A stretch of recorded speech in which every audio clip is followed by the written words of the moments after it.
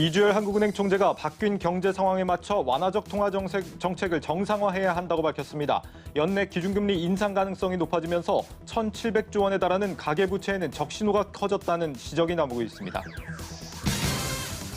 다음 달부터 수도권의 식당과 카페는 자정까지, 나머지 시설은 시간 제한 없이 영업할 수 있게 됩니다. 5인 이상 사적 모임 금지 조치도 완화될 가능성이 높아 자영업자들의 어려움이 조금이나마 해소될 전망입니다. 현대차가 3단계 자율주행이 가능한 수소트럭을 내년 국내 시장에 출시합니다. 경쟁이 치열한 상용차 시장은 물론 최근 들어 급격하게 진화하고 있는 물류 시장에도 새로운 변화가 예상됩니다. 부동산 관련 세금 정책을 놓고 혼란이 커지고 있습니다. 너무 자주 바뀌는 탓에 일선 세무서조차 기준이 헷갈려 잘못된 고지서를 발송하는 일까지 벌어지고 있다는 지적입니다. 여러분 안녕하십니까? 뉴스플러스 시작합니다. 이주열 한국은행 총재가 기준금리 인상 가능성을 또 한 번 언급했습니다. 완화적 통화 정책을 향후 적절한 시점부터 질서 있게 정상화해 나가겠다라고 밝혔는데 이번 이주열 총재 발언의 의미를 강미선 기자가 분석해봤습니다. 이주열 한국은행 총재가 이전보다 강도 높은 표현으로 올해 하반기 기준금리 인상 가능성을 시사했습니다. 이제 한국은행이 하반기 이후 역점을 두고 추진해야 할 사항에 대해 말씀드리겠습니다. 우리 경제가 견실한 회복세를 지속할 것으로 예상된다면 현재의 완화적인 통화 정책을 향후 적절한 시점부터 질서 있게 정상화해 나가야 하겠습니다. 한국은행은 한두 차례 금리 인상은 긴축 기조로의 전환이 아니라 완화적 통화 정책의 정상화라는 시각을 드러낸 바 있습니다. 이주열 총재는 금리 인상 발언과 함께 코로나19 전개 상황과 경기 회복의 지속성과 같은 두 가지 조건을 전제로 달았습니다. 이 총재는 초저금리로 인한 자산 시장으로의 자금 흐름과 가계 폭증과 같은 금융 불균형 위험에 대해서도 경고했습니다. 최근에는 부동산과 주식뿐 아니라 암호 자산으로까지 차입을 통한 투자가 확대되면서 가계 부채의 누적 문제가 더욱 심각해진 상황입니다. 그 결과 자산 불평등이 심화되었으며 민간 부채 규모가 크게 확대되었습니다. 제닛 옐런 미국 재무장관이 최근 금리 인상은 미국 경제에 플러스가 될 것이라는 연이은 금리 인상 시그널과 함께 우리나라의 기준금리 인상도 앞당겨질 수 있다는 관측이 시장에서 나오고 있습니다. 전문가들은 순차적으로 금리를 인상해 시장에게 충격을 흡수할 시간을 줘야 한다고 말합니다. 2번 정도 올리는 거는 이제 정상화 흐름에서 충분히 생각해 볼 수 있는 수준이고, 그러니까 이제 이례적인 상황이 아니면, 그러니까 25bp씩 올리거든요. 그러니까 뭐 그렇게 갈 가능성이 많죠. 한국은행은 다음 달 15일 금융통화위원회를 열고 기준금리를 결정할 예정입니다. 한국경제TV 강미선입니다. 한국은행이 금리 인상 기조를 공식화하면서 가계부채에 대한 경고음이 더 커지고 있습니다. 현재 이금융권을 비롯해 여러 곳에서 빚을 지고 있는 다중채무자 대출액만 500조 원이 넘는 상황인데 금리 인상이 자칫 경제 충격에 뇌관으로 작용할 수 있다는 우려감이 높아지고 있습니다. 이어서 전민정 기자입니다. 올 1분기 말 기준 가계빚은 1,765조 원. 관련 통계를 작성하기 시작한 2003년 이후 역대 최고치입니다. 최근 2달간도 평균 한 달 은행권 가계대출이 7조 3천억 원이나 불었습니다. 이런 상황에서 중앙은행의 기준금리까지 오른다면 시중은행의 대출금리 추가 인상으로 이어져 가계부채는 한계 수위를 넘게 됩니다. 특히 가계대출 중 변동금리 대출 비중은 70%를 웃도는 상황. 지금으로선 한국은행이 금리를 조금만 올려도 대출자들이 내야 할 이자는 크게 불어난다는 의미입니다. 가계부채의 규모도 규모지만 질이 더 문제입니다. 영끌, 비투 열풍의 코로나19 사태까지 겹쳐 3곳 이상의 금융기관에서 대출을 받은 청년층이나 소상공인 등 다중채무자는 420만 명을 넘어서 대출 금액만 518조 원에 육박하고 연소득의 40% 이상을 원리금 상환에 쓰는 이들도 전체 대출자의 30%에 달합니다.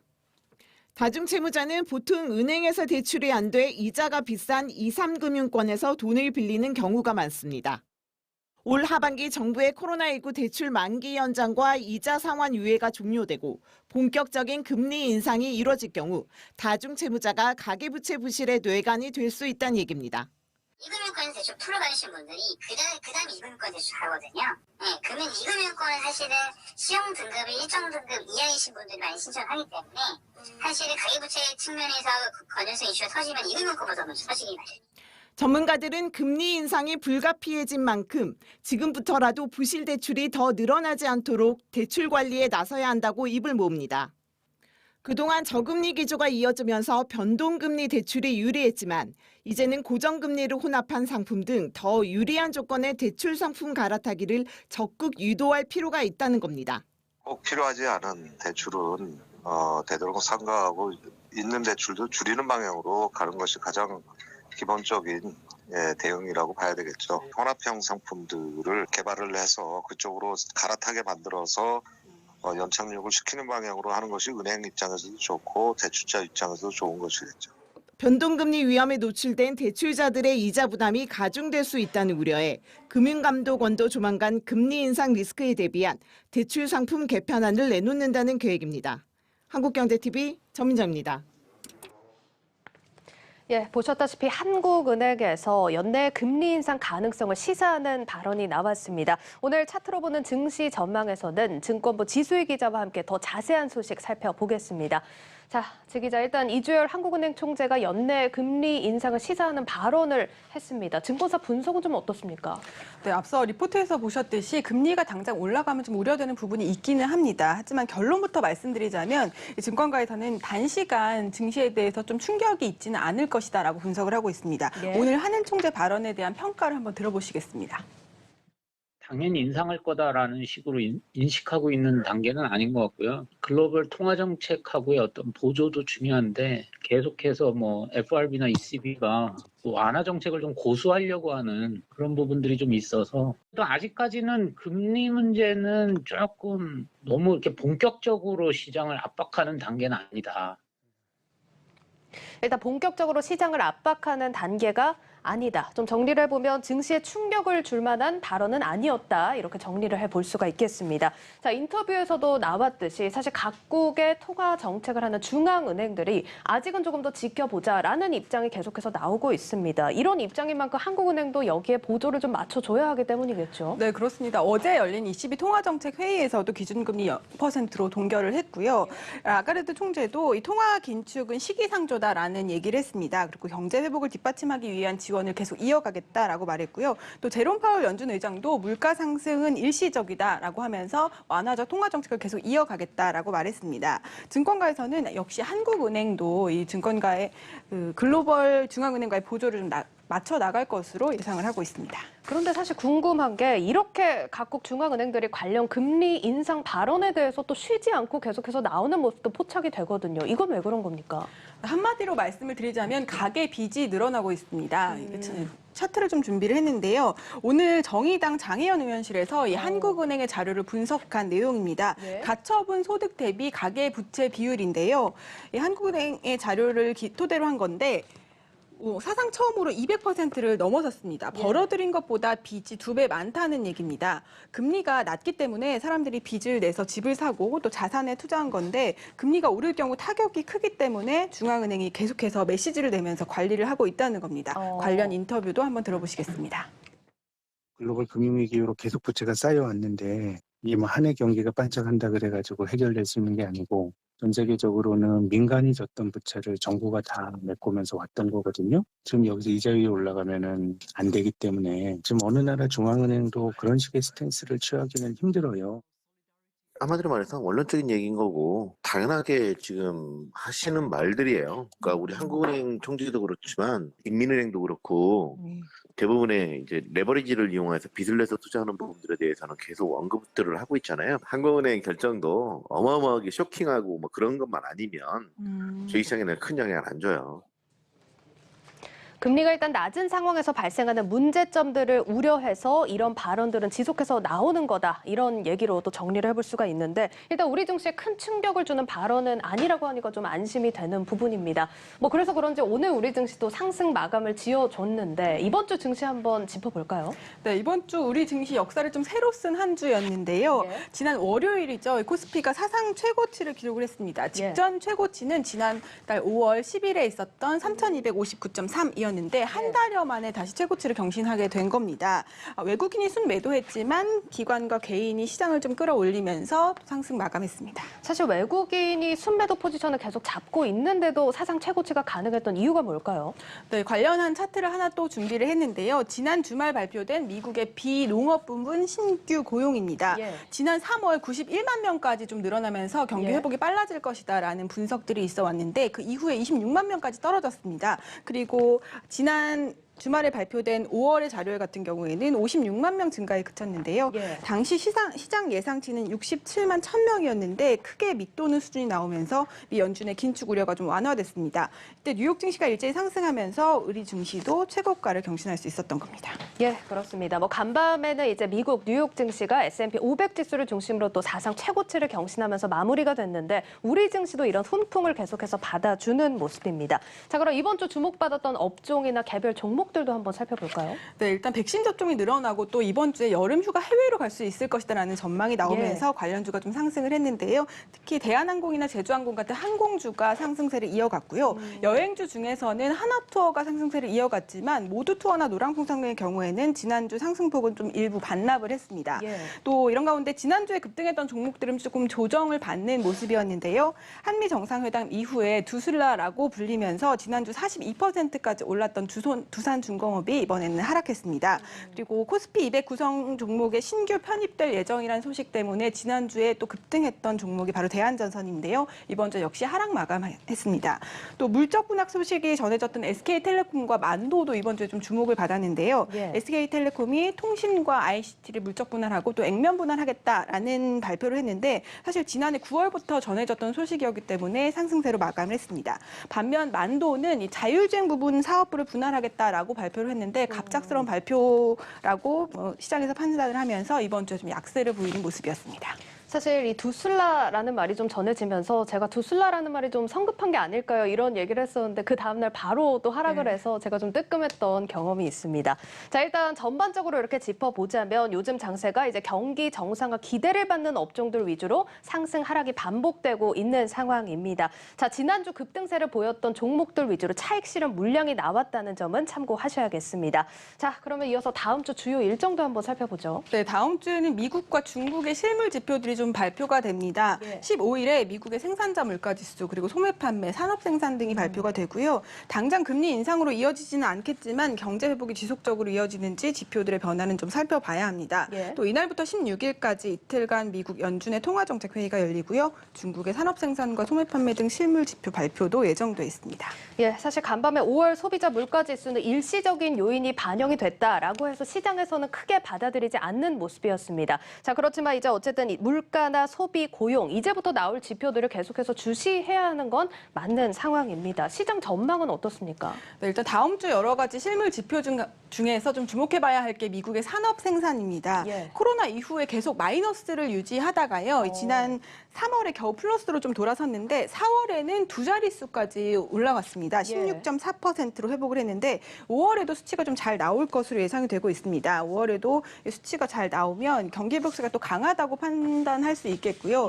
또 미국의 소비도 급격하게 늘어나고 있습니다. 3월 이후 가파르게 상승한 것을 좀 확인하실 수 있는데요. 지난 4월에는 51%나 상승을 했습니다.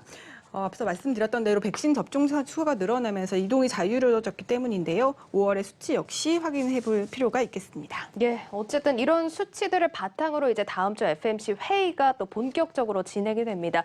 사실 이런 상황인 가운데 연준에서 이젠 테이퍼링 논의가 좀 나올 수 있다 이런 시각들도 있죠. 네, 그런 말들이 계속 나오고 있습니다. 옐런 장관이 지난 주말 G7 회의에서 나온 발언을 좀 살펴보면요. 금리 인상 관련 발언을 했는데 경기가 과열하지 않게 금리가 다소 올라야 할지 모른다라고 얘기를 했던 지난 5월에 시장에 충격을 줬던 발언에 비해서 좀 수위가 높은 발언을 또 했습니다. 다음 화면을 좀 보시겠는데요. 예, 다음 화면 살펴보죠. 네, 금리가 약간 더 올라도 미국 사회와 패드 관점에서는 실질적으로 플러스가 될 것이다. 좀 더 수위가 높은 발언을 했습니다. 때문에 테이퍼링과 관련한 다음 주 FOMC 이후 나오는 이야기들을 좀 주목을 해봐야 하고요. 또 FOMC를 앞두고 연준 위원들이 발언을 삼가하는 블랙아웃이 다음 주까지 좀 이어질 것으로 보여서 다음 주는 좀 방향을 잡지 못하는 증시가 될 것이라는 증권가의 전망이 많습니다. 예, 시장에서 이런 경제 지표들을 해석하는 데 있어서 좀 혼란을 겪고 있는 것 같습니다. 어쨌든 미국과 중국의 소매 그리고 생산 또 판매 지수까지 발표가 되는 만큼 철저하게 살피셔야겠습니다. 증권부 지수희 기자와 함께했습니다. 고맙습니다.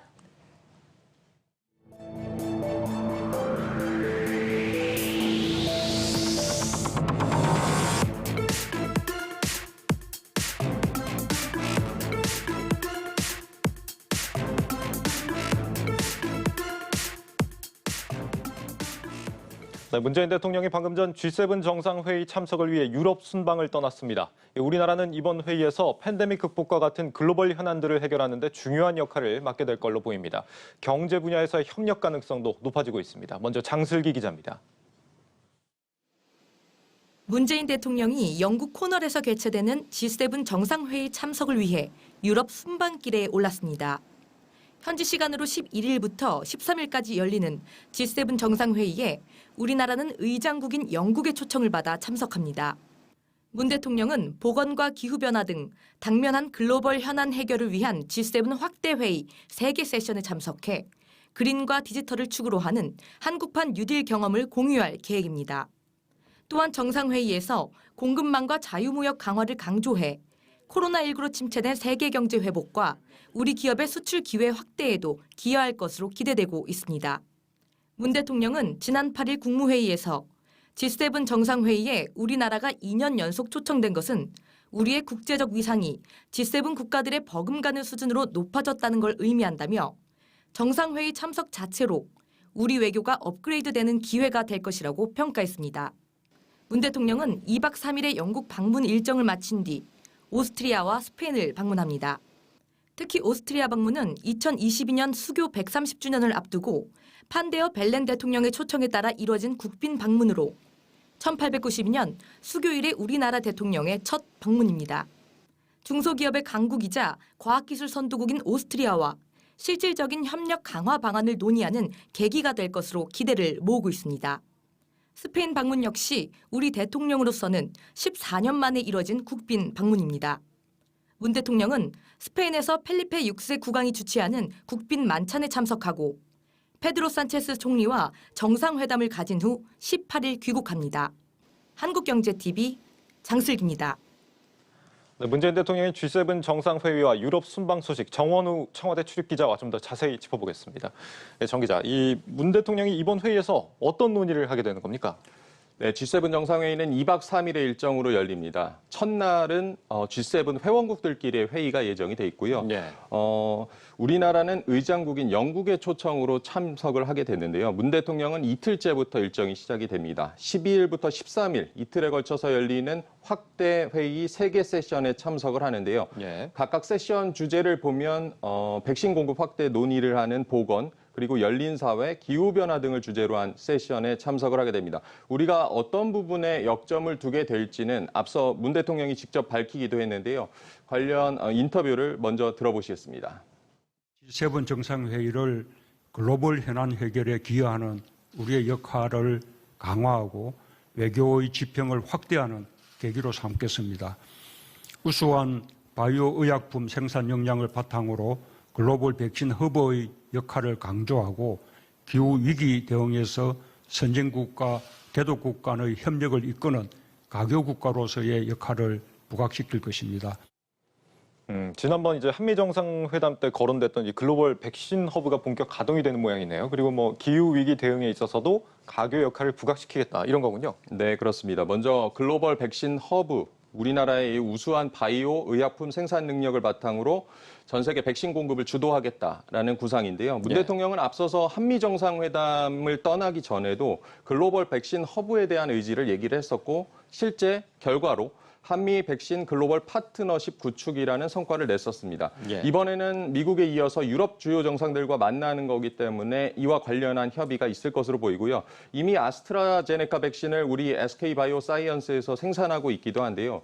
미국에 이어서 유럽까지 백신 파트너십이 구축이 된다면 이 국내 바이오 산업 성장에 상당한 도움이 될 것으로 보입니다. 그렇군요. 기후 위기 대응에서는 어떤 논의가 예상이 되고 있습니까?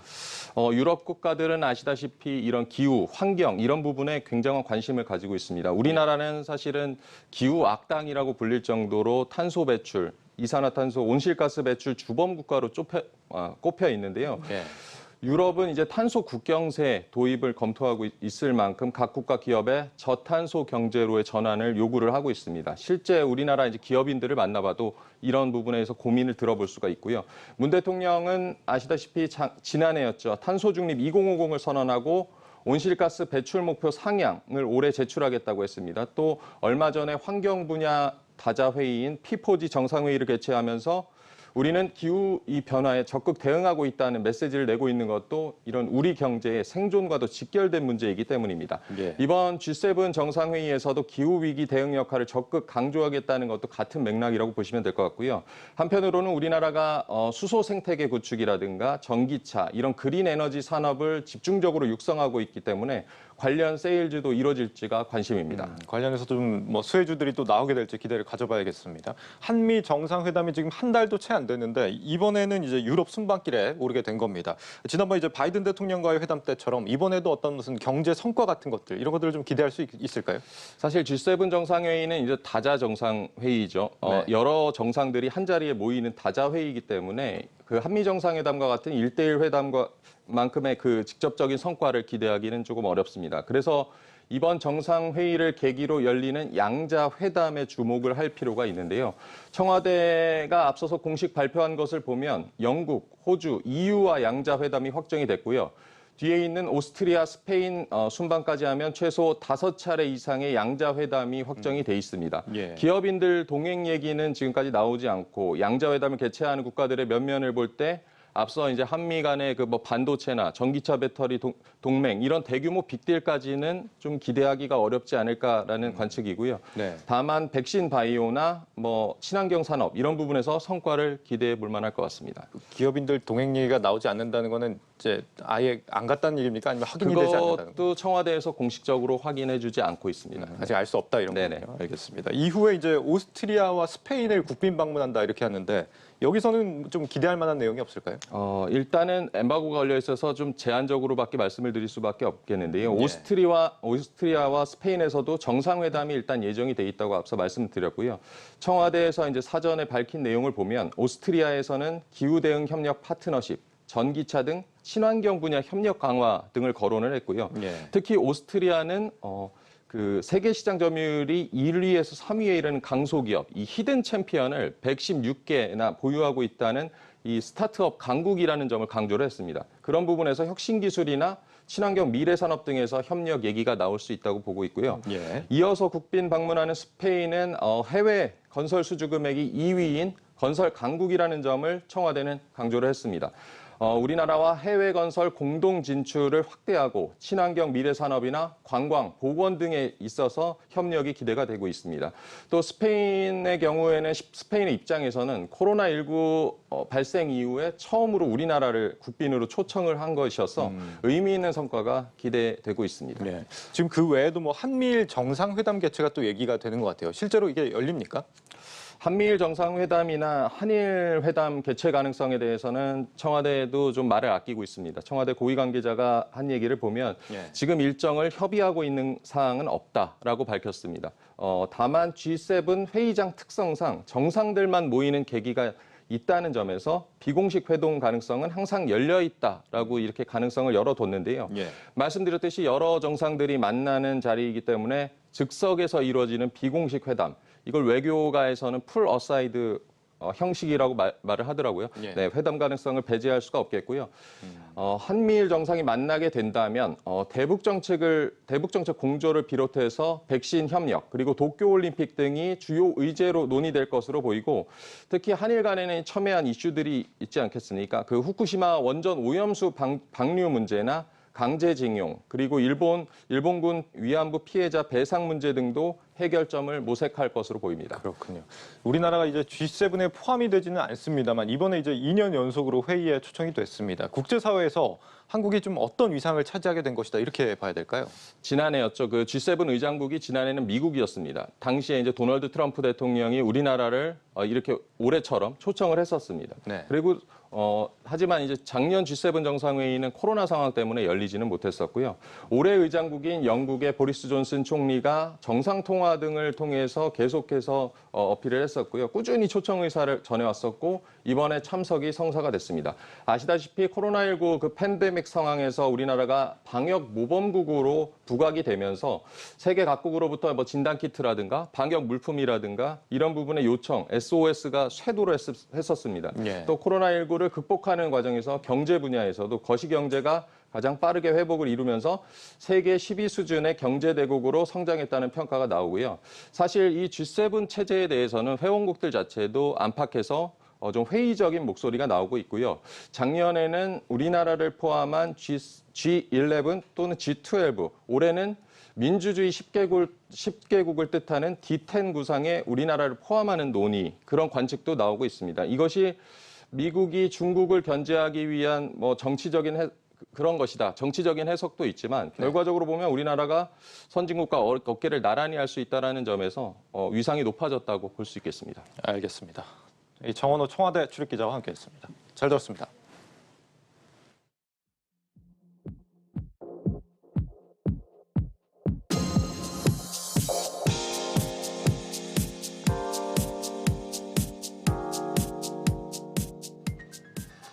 다음 달부터 수도권의 식당과 카페 등은 자정까지, 나머지 시설은 시간 제한 없이 영업할 수 있게 됩니다.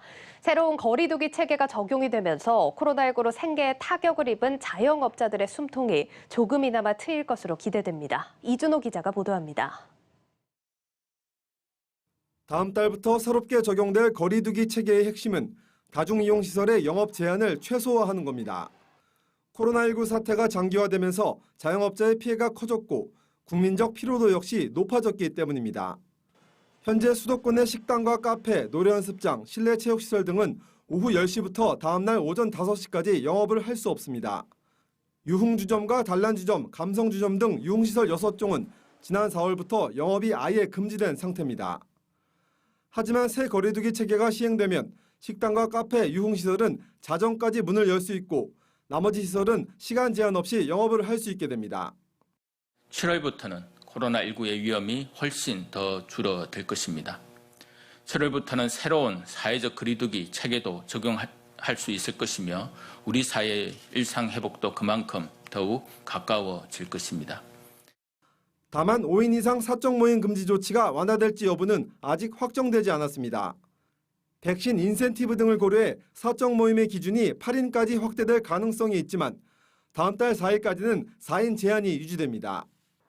정부는 새 거리두기 체계 개편안을 마무리하고 이르면 다음 주에 구체적인 내용을 공개할 예정입니다.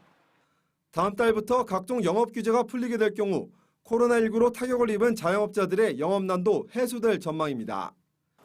1년 장사의 대목으로 꼽히는 여름철 성수기가 시작되는 시기와 맞물리면서 다소 숨통이 트일 것이라는 기대감이 높습니다. 네, 많은 큰 도움이 될 거라고 생각하고요.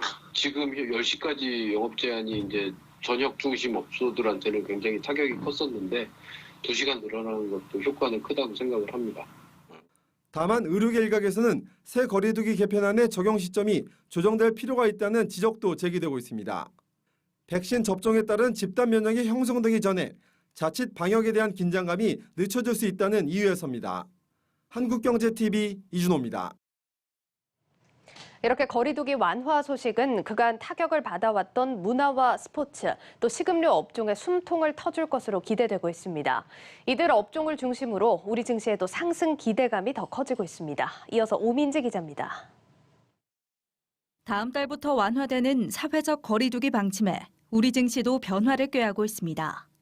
먼저 문화와 스포츠 관련 종목의 수혜가 기대됩니다. 특히 콘서트장의 경우 99명 이하로 제한되던 대중음악 공연도 뮤지컬과 클래식 공연과 마찬가지로 최대 4,000명까지 입장이 가능해졌습니다. 공연 수익에서 크게 타격을 입었던 엔터테인먼트와 공연 미디어의 수혜를 기대할 수 있는 부분입니다. 실제 거리두기 완화 조치 발표 이후 국내 3대 엔터사인 SM과 JYP, YG의 주가가 오늘 모두 상승세를 보였습니다. 또한 7월부터 음식점 영업시간이 12시까지로 완화되고 8인까지 식사가 가능해지면서 코로나로 큰 타격을 받았던 주류 등을 포함한 식음료 업종의 수혜도 전망됩니다. 지난해 롯데칠성음료와 오비맥주 등을 비롯한 맥주업체와 다수의 소주업체들의 매출이 줄었습니다. 하지만 이번에 완화된 거리두기로 회식과 사적 모임 등 술자리 수요가 늘어나면 주류업계의 매출 개선이 예상됩니다. 이러한 기대감 속에 하이트젤로와 무학, 제주맥주 등 몇몇 주류 관련주들은 이날 상승 마감했습니다. 거리두기 완화는 주류 업종에 가장 큰 영향을 미칠 것 같고요. 근데 이제 영업 제한 시간이 아직은 풀리지는 않았지만 그래도 조금이라도 풀린다면 무조건 주류의 유흥시장 쪽에 굉장히 좋고요. 이 밖에 백신 접종으로 이미 상승 추세를 보이고 있던 여행과 항공 관련주는 사회적 거리두기 완화 조치로 상승 모멘텀이 더 강화될 것으로 보입니다.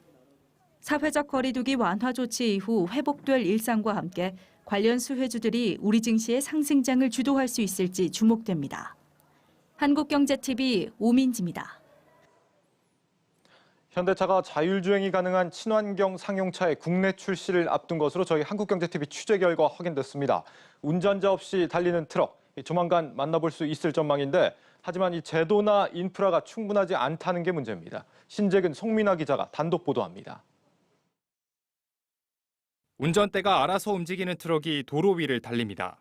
앞쪽으로 장애물이 나타나자 이를 감지한 트럭은 자연스럽게 차선을 바꿉니다. 운전자가 없어도 스스로 주행이 가능한 레벨 3 수준의 상용차 자율주행 시연 모습입니다. 네, 저는 지금 자율주행 트럭을 타고 일반 도로 위를 달리고 있습니다. 버튼 한 번만 눌렀을 뿐인데 차가 자동으로 주행하고 있습니다.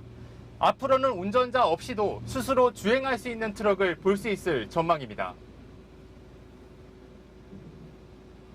현대차는 최근 수소 전기 트럭 엑시언트로 이보다 더 앞선 자율주행 기술인 레벨 4 수준의 테스트를 진행 중인 것으로 한국경제TV 취재 결과 확인됐습니다. 레벨 4 단계의 가장 큰 특징은 돌발 상황 발생 시 차량이 스스로 갓길 정차를 유도하는 것과 같은 안전 조치가 가능하다는 점입니다. 자율주행 테스트 기관의 한 관계자는 최근 엑시언트 수소 전기 트럭이 전자파 적합성을 알아보기 위해 시설에 입고됐다고 밝혔습니다. 전자파 적합성은 자율주행 차량이 전자파 간섭으로부터 얼마나 견딜 수 있는지를 확인하는 과정입니다. 수소트럭 엑시언트는 상용차로는 이례적으로 스위스에 170여 대를 수출하며 국내보다 해외에서 먼저 이름을 알린 모델입니다. 현대차는 내년 국내 시장에 엑시언트를 출시할 예정으로 최소 레벨 3 이상 자율주행 기능을 탑재할 것으로 보입니다. 국내에 적합한 차량의 형태로 지금 현재 개발 중에 있으며 내년에 선보이는 것을 목표로 준비하고 있습니다. 화물의 안전한 운송이나 연료 효율성을 높일 수 있다는 이점을 앞세워 현대차뿐만 아니라 만이나 볼보 트럭과 같은 해외 브랜드들도 자율주행 기술을 적극 도입하는 추세입니다. 특히 이번 테스트에서는 자율주행 외에도 대형 수소 트럭이 나란히 열을 맞춰 주행하는 군집 주행도 가능한지 중점적으로 살펴볼 예정입니다.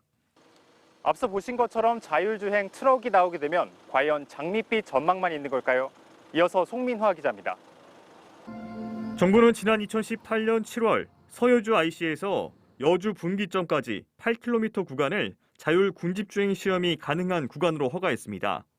상용차는 주로 정해진 경로에서 화물을 운송하는 역할을 하기 때문에 일정 구간을 안정적으로 반복 주행하는 시험이 필요합니다. 자율주행 전용 도로라든지 전용 라인에서 자율주행차만 운전하게 되면 사고의 가능성은 가장 줄일 수가 있고요. 군지 운행이라는 것 자체가 트레일러라든지 이런 것들이 여러 대가 붙어서 움직이는 부분들이기 때문에 물류 분야에서 가장 먼저 적용이 되고 지자체들은 대규모 자율주행 테스트 부지를 제공하기로 했습니다. 컨테이너 화물 운송 수요가 많은 전라북도는 국비 200억 원을 지원받아 대규모 상용차 자율주행 시험장을 구축하고 있습니다. 왕복 22km 거리로 올해 안에 완공되면 국내에서 가장 긴 코스가 될 전망입니다. 중소에서 대기업까지도 다 이제 사용을 하겠다라는 부분이 있어요. 지금 뭐 자동차 관련으로 해가지고 기술 개발이나 뭐 기업 지원 사업으로는 저희 도내 기업들한테 지원을 계속 하고 있기 때문에 그거랑 같이 이제 유기적으로 지원을 하면. 다만 수소 충전 인프라의 부품 국산화율이 절반 수준에 미치는 점은 개선이 시급합니다. 또 군사 지역과 같이 정보 공개가 제한된 지역이 많아 자율주행에 최적화된 동선을 표시하는 것도 제약 사항이 따릅니다. 전문가들은 무엇보다 선진국에 비해 규제 일변도로 대응하는 정부의 안일한 정책을 지적하면서 정부와 민관이 유기적으로 협력해 자율주행 관련법을 마련할 필요가 있다고 조언합니다. 한국경제TV 신재근, 송민아입니다. 정부가 부동산 양도세를 엉뚱한 사람에게 부과하는 사고를 내놓고 쉬쉬하고 있는 것으로 드러났습니다. 잦은 세제 변경으로 세무를 담당하는 공무원들조차 혼란을 겪고 있는 게 아니냐는 지적이 나오고 있습니다. 김원규 기자가 단독 보도합니다. 2017년 강동구 둔촌동의 한 아파트를 매수한 A씨. 실거주하지 않고 3년 뒤 해당 아파트를 팔았습니다. 그런데 최근 잠실 세무서로부터 황당한 소식을 접했습니다. 비과세 요건에 충족하지 않는다며 양도세 중과 대상이라는 내용의 고지서를 받은 겁니다. 저희는 과세 대상이 전혀 아니라고 생각을 했는데 그런 건 좀 황당하죠. 소명을 저희 보고 직접 해야 된다고 한 거니까 그걸 소명을 못하면 과세를 해야 되는 것처럼 그렇게 설명을 들었습니다. 정부는 지난 2017년 8.3 대책을 통해 8월 3일 이후 매매한 주택에 2년간 실거주하지 않으면 양도세를 중과한다고 밝혔습니다. 그런데 관할 세무서의 착오로 2017년 전체로 기준을 잘못 설정한 것으로 한국경제TV 취재 결과 드러났습니다. 때문에 2017년 주택을 매매한 송파구민 대부분이 졸지에 양도세 중과 대상자가 된 셈입니다. 이후 잠실 세무서 측은 이 문제를 제기한 구민들에게 서류를 제출하는 등의 소명 절차를 거치면 재검토하겠다고 했습니다. 세무서의 고지 오류 사고에 대해 확인을 요청했는데 담당자는 쉬쉬하는 모양새입니다. 본인도 아니신데 저희가 상담할 의무는 없고요. 아무한테나 전화하셔가지고 이렇게 물어보시는 건 저 아닌 것 같아서. 전문가들은 부동산 관련 세금 정책이 복잡해지면서 업무를 담당하는 일선 공무원들의 혼란이 가중되고 있다고 지적합니다. 일선에서 업무를 직접 보고 있는 담당 공무원들조차도 특정 규정들이 어떻게 적용되는지 그런 혼동이 될 수 있는 부분이 분명히 생겼다고 보여지고요. 사회 전체적으로 보면 지금 너무 복잡해진 세제는 이제 현재로서는 불가피하다고 하더라도 장기적으로는 이것을 어떻게 단순하게 바꿔나갈지에 대한 논의도 지금부터 필요하다고 생각됩니다. 종합부동산세에서 점화된 조세 저항이 재산세와 양도세까지 옮겨붙은 상황. 이를 관리하는 세무서가 자체 혼선을 빚으며 불필요한 논란의 씨앗을 만들고 있습니다. 한국경제TV 김원규입니다.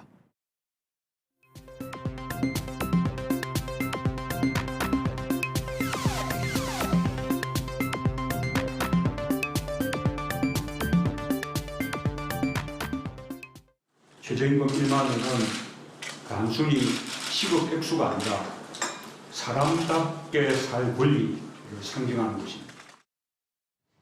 문재인 정부에서 마지막으로 결정되는 내년도 최저임금 논의가 본격화되고 있습니다. 이 소득주도 성장의 간판이죠. 최저임금은 현 정부 들어 첫 두 해는 10% 이상 인상이 됐지만 지난해 2.9%로 꺾인 데 이어서 올해는 역대 최저 수준인 1.5%로 떨어졌습니다. 4년간 연평균 인상률을 한번 보죠. 문재인 정부는 7.7%로 나와 있고 지난 박근혜 정부 재임 기간의 7.4%보다 조금 높은 수준입니다. 공약을 지키기 위해 집권 초반에 너무 급속히 올리는 바람에 소상공인과 자영업자들에게 큰 부담을 주면서 논란을 키웠지만 공약은 물거품이 됐습니다. 결국 문재인 대통령은 여러 차례 사과를 하기도 했는데요. 오늘 경제 뷰포인트 시간에는 이번 정부 마지막 최저임금 결정을 둘러싼 쟁점과 또 전망에 대해서 짚어보겠습니다. 정치경제부 조현석 기자 연결되어 있습니다. 자, 조 기자 안녕하십니까? 네, 안녕하세요. 예, 자 일단 내년도 최저임금 오는 8월 5일까지 고지를 하도록 또 법제화되어 있는 상황인데 최저임금위원회가 늦어도 다음 달 말까지는 이제 최종 결정을 해야 하는 상황인 거죠? 네, 내년도 최저임금 결정 시한을 2달여 앞두고 경영계와 노동계가 팽팽한 줄다리기를 시작하게 됩니다. 오는 15일 최저임금위원회 3차 전원회의가 열리는데요. 앞서 열린 1차 회의는 상견례 성격이었고 2차 때는 민주노총의 불참으로 파행됐기 때문에 이번 회의부터 본격적인 최저임금 심의가 시작된다고 볼 수 있습니다. 그동안 장외전을 벌인 노동계는 이르면 다음 주 최저임금 최초 요구안을 내놓을 것으로 전망됩니다.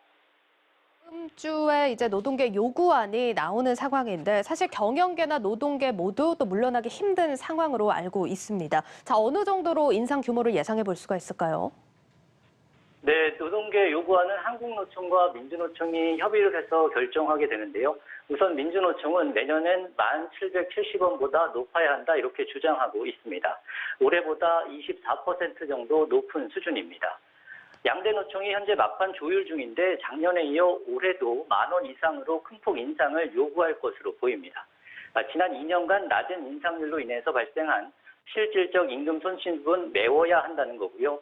또 코로나19로 위축됐던 경제가 올해와 내년엔 회복할 가능성이 높고 인플레이션으로 물가도 오를 것으로 예상되니까 이런 요인들도 충분히 반영돼야 한다 이런 논리입니다. 예, 일단 1,770원이 거론되고 있는데 굉장히 큰 상승폭입니다. 사실 경영계에서도 고민이 클 것 같은데 다음 주에 어떻게 경영계의 입장을 들어볼 수 있는 기회가 있을까요? 네, 경영계도 지금 경총을 중심으로 내년도 최저임금에 대한 인상률에 대해서 논의 중인데요.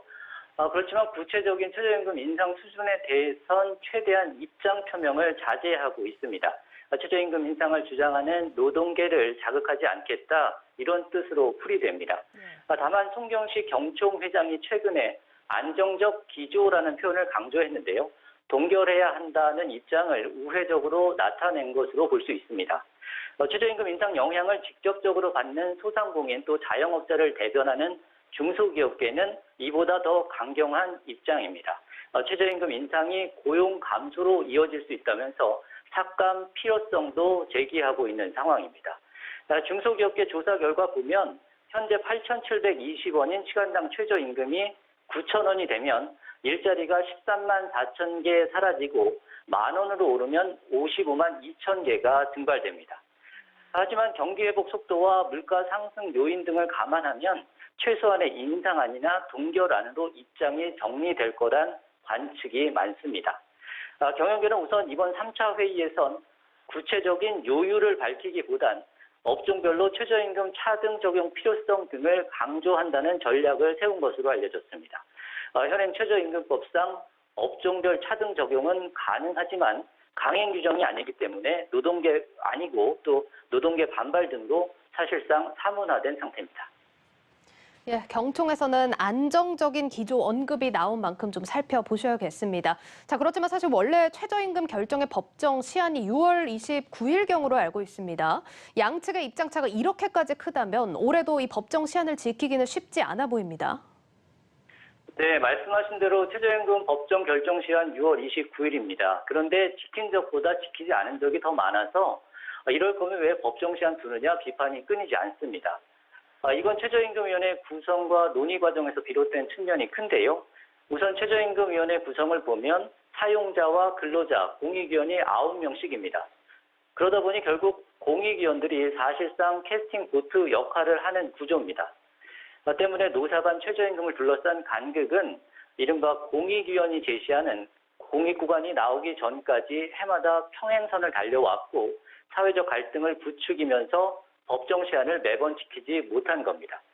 실제 1988년 시행 이후에 32번의 결정 중 합의가 이뤄진 경우는 7번뿐이었고 최근 10년간 법정 시한을 지킨 것도 한 번뿐입니다. 예, 사실 이렇게까지 매년 갈등이 반복된다면 해법을 모색하려고 하는 시도도 필요할 것 같습니다.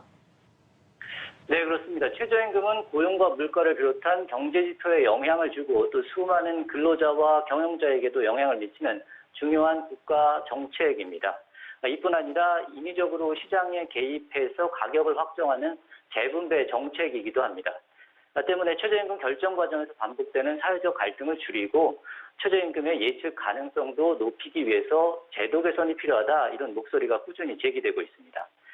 정부가 책임지고 최저임금을 결정하자 또 국회에서 법률로 결정해야 한다. 전문가들의 의견이 나오고 있는데요. 관련된 법안도 국회에 여러 발의된 상태지만 아직까지 논의가 되지 않고 있다는 게 문제입니다. 예, 앞으로도 최저임금 결정을 둘러싼 갈등이 한동안 계속될 수 있다는 건데 사회적 논의가 좀 필요해 보여지고요. 일단 다음 주에 나오는 발표 좀 자세하게 살펴보겠습니다. 자, 두 번째 이슈로 넘어가 볼 텐데 먼저 넘어가기 전에 그래프부터 하나 보시겠습니다. 예, 일단 보시는 건 한국은행이 최근 발표한 국민 계정 주요 지표 가운데 가계의 순저축률입니다. 이 세금 등을 내고 가계가 쓸 수 있는 소득에서 소비를 하고 남은 금액의 비중을 뜻합니다.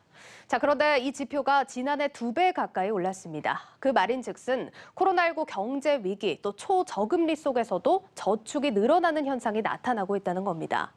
경기가 불투명하니까 돈을 쓰지 않고 모아두려는 경향이 강했던 걸로 볼 수 있는데 실제 지난해 소비 지출은 관련 통계 작성 이래 가장 큰 폭으로 감소를 했죠.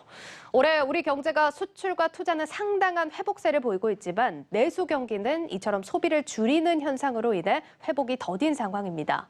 이에 정부가 소비 회복 정책을 대거 준비 중이라고 하는데 이 내용도 한번 짚어보도록 하겠습니다. 자, 정 기자, 어떤 내용들이 지금 검토가 되고 있습니까? 네, 정부는 이달 말에 하반기 경제정책 방향을 발표할 예정인데요. 홍남기 경제부총리가 여기에 소비 쿠폰과 국내 여행지 개발을 비롯한 내수 활성화 대책을 강화하라고 주문한 것으로 알려졌습니다. 물론 코로나19 확산세와 그 백신 접종률 등을 살펴야겠지만요. 우선 이에 따라서 그동안 중단됐던 8대 소비 쿠폰을 하반기부터 재개할 가능성이 높아졌습니다.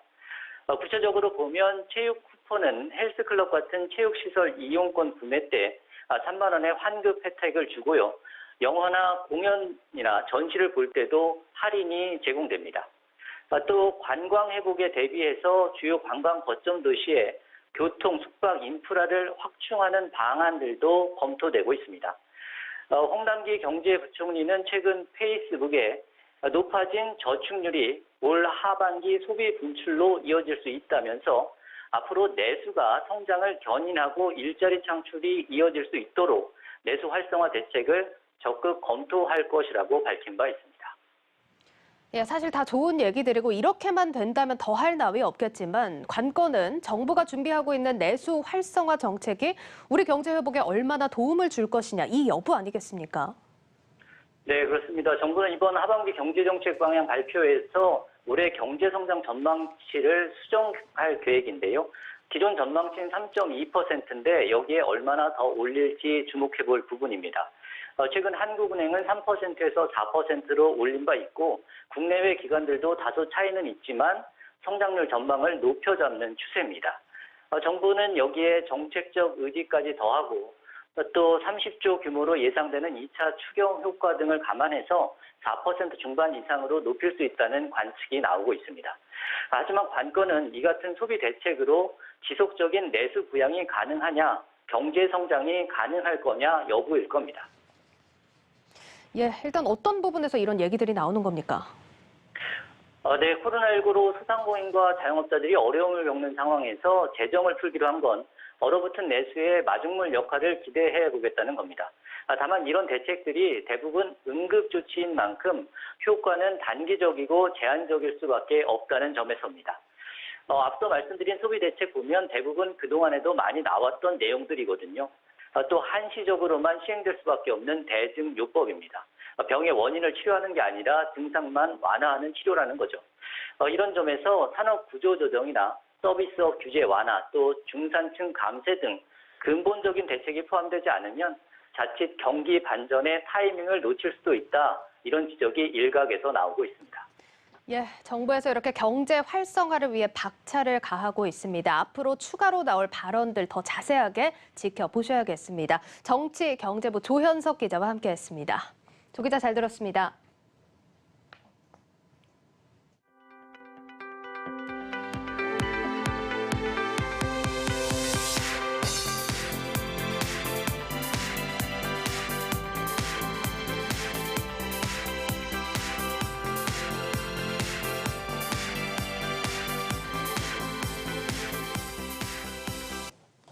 그 밖에 오늘 주목할 소식들 추가로 전해드립니다.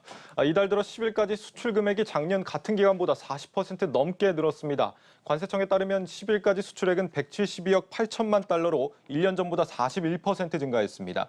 조업 일수가 지난해 6월과 비교해서 0.5일 늘어난 것도 이유였는데 이를 반영한 일평균 수출액 증가율은 32.6%였습니다. 강세를 보인 품목으로는 승용차와 석유 제품, 반도체 부문이 꼽혔습니다.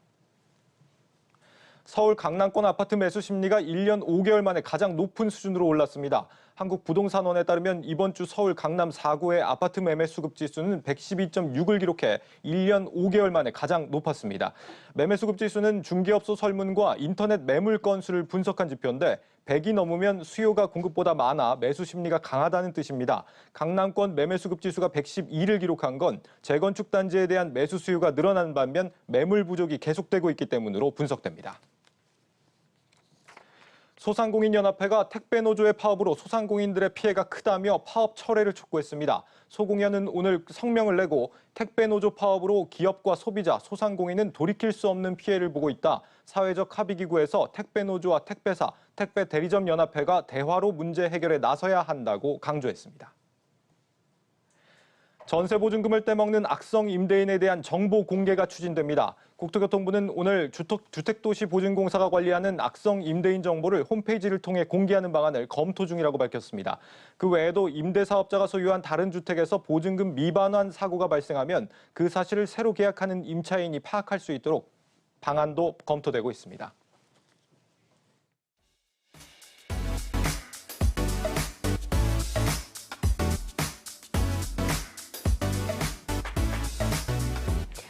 다음 주 월요일 이스타항공의 매각 본입찰이 예정되어 있습니다. 이번 이스타항공 매각 가격 최소 1,500억 원으로 예상이 되고 있는데 부채와 경영 상황까지 감안하면 더 큰 자금이 필요할 것으로 보입니다. 자, 지금 이스타항공의 부채와 변제가 시급한 채무까지 합치면 2,850억 원의 부채가 있는 상황입니다. 따라서 이번 인수 조건의 가장 큰 핵심은 자금력인데 이미 예비 입찰에서 10곳이 넘는 기업들이 인수 의향서를 제출했지만 지금 가장 크게 가능성이 거론되는 곳은 하림그룹입니다. 자, 아시다시피 하림그룹 강력한 인수 후보로 거론되면서 주가는 6거래일째 상승 흐름을 보였고 6월 9일장에 22%까지 급등하면서 투자자들 사이에서도 기대감을 반영한 바 있습니다. 자, 하림그룹 자세하게 살펴보시면 자회사 페노션을 통해서 인수 의향서를 제출했는데 이 페노션의 가용 현금 자산이 2,300억 원 규모로 알려져 있고 김홍국 하림그룹 회장도 인터뷰에서 이 하림그룹 자체적으로 7천억 원에서 8천억 원까지의 실탄이 확보되어 있다라고 자신감을 보였습니다. 하림그룹의 승리에 업계는 손을 들어주는 모습입니다. 자, 그렇기 때문에 이스타항공도 인수를 기정사실화하고 지난해 3월 박탈됐던 항공운항 증명 재확보에 나선 상황입니다. 별 문제가 없다면 일주일 뒤인 21일쯤에 인수자 윤곽이 드러난다고 하니까 지켜보셔야겠습니다. 일정이었습니다.